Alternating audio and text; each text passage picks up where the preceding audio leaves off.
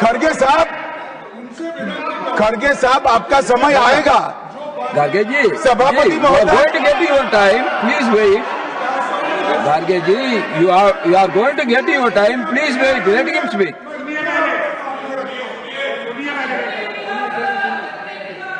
मान्यवर, 50वें पड़ाव पर वंदे मातरम को सीमित कर दिया गया। वहीं से तुष्टीकरण की शुरुआत हुई और वो तुष्टीकरण जाकर देश के विभाजन में मान्यवर, मेरे जैसे कई लोगों का मानना है कांग्रेस पार्टी को पसंद आए ना आए, अगर वंदे मातरम के तुष्टीकरण की नीति के तहत 2 टुकड़े न करते तो देश का बंटवारा नहीं होता और देश पूरा होता। मान्यवर, 50 साल के बाद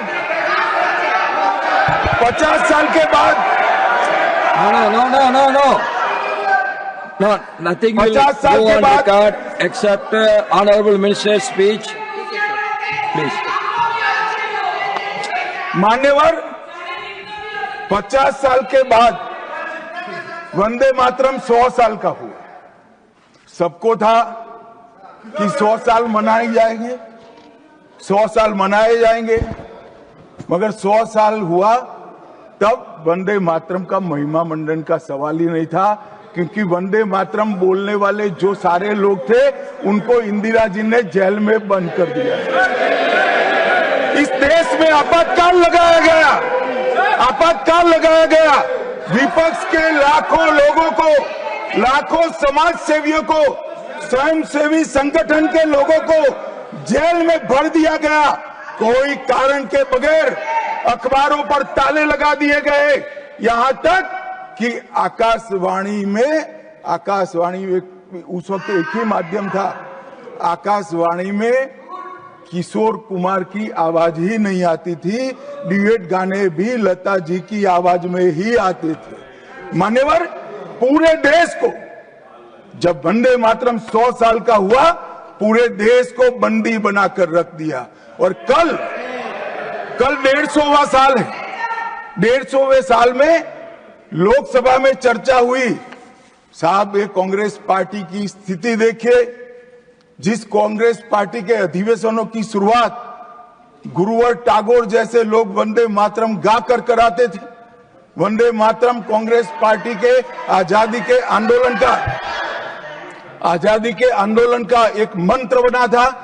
वो वंदे मातरम के महिमा मंडन करने के लिए जब लोकसभा में चर्चा हुई, गांधी परिवार के दोनों सदस्य नदारद थे, दो में से एक भी। वंदे मातरम का विरोध आज भी जवाहरलाल नेहरू से लेकर आज के कांग्रेस के नेतृत्व तक कांग्रेस के खून के अंदर। क्या आप लोगों ने अपने पार्टी का कार्यक्रम शुरू होता, ये आपने पहले कर दिए थे? करते थे। अरे आप तो हर चीज के खिलाफ करते हो, फिर भी आपको मैं बार बार टोकना नहीं चाहता, लेकिन आपको मालूम होना चाहिए, आपका इतिहास ये है कि आप हमेशा देशभक्ति के गाने को, आजादी को और आजादी के लड़ाई के खिलाफ आप थे, कभी भी आप उसके फेवर में नहीं। सर, महात्मा गांधी ने जब 1921 में असहयोग आंदोलन, नॉन कोऑपरेशन मूवमेंट छेड़ा, तो लाखों कांग्रेसी स्वतंत्रता सेनानी भारत माता की जय, महात्मा गांधी की जय और वंदे मातरम का नारा लगाते हुए जेल जा रहे थे।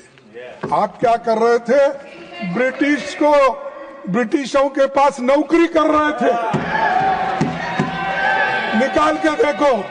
अरे, और आप हमको देशभक्ति सिखाते हो, हमको पैट्रियोटिज्म सिखाते हो। अरे, पहले तो आप पैट्रियोटिज्म के नाम से डरते थे और सिर्फ सेवा करना ब्रिटिशरों का जानते थे। इसीलिए अरे माफीनामा पिलाता हूं भाई, बाद में वो तो उनके गुरु का है। सभापति जी, मैं कहना चाहूंगा कि पीएम मोदी जवाहरलाल नेहरू जी का अपमान करने का कोई मौका नहीं छोड़ते और वैसा ही होम मिनिस्टर नहीं छोड़ते, क्योंकि उनके पीछे पीछे है ना, वो आगे आगे इन्हों पीछे पीछे। तो ये नेचुरली ये हमेशा कि इसीलिए वो हमेशा कांग्रेस का गिला करते हैं और हमारे पार्टी के बारे में, नेताओं के बारे में, यहाँ तक कि हर कांग्रेस के लीडर का अपमान करने का मौका नहीं छोड़ते। लेकिन मैंने प्रधानमंत्री का भाषण सुना और उन्होंने नेहरू जी पर आरोप लगाया और कहा कि 1937 में नेहरू जी के नेतृत्व में कांग्रेस पार्टी ने मूल वंदे मातरम गीत से महत्वपूर्ण पद हटा दिए थे। अभी जिसका जिक्र उन्होंने किया, यहां तक भी किया कि मुसलमानों का नाम लेके उनको डर के वो हटा दिए, ये भी कहा उन्होंने। सर, ये बातें आप अब बता रहे हैं, जब आप मुस्लिम लीग के साथ मिलकर गवर्नमेंट किए, श्यामा प्रसाद मुखर्जी और मुस्लिम लीग मिलके आपने बंगाल में जो गवर्नमेंट की, कहाँ गया था देशभक्ति? कहाँ गया था आपका देशभक्ति? कहाँ थे आप लोग? क्या देश के लिए कोई?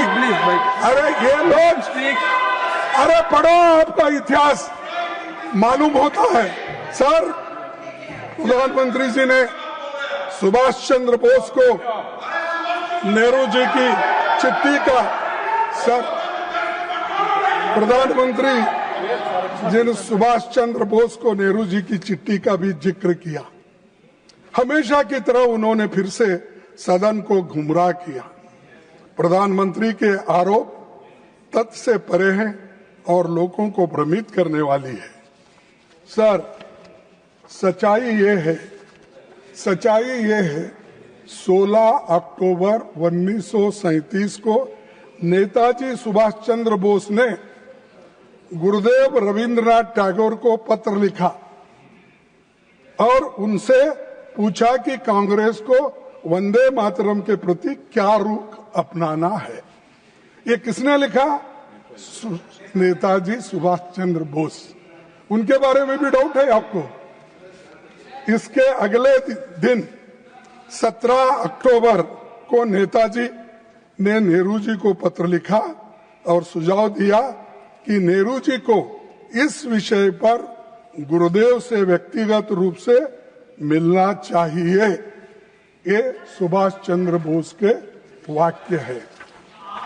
हमसे जुड़े रहने के लिए हमारे YouTube चैनल को सब्सक्राइब करें और नई वीडियो की नोटिफिकेशन के लिए बेल आइकॉन को दबाएं।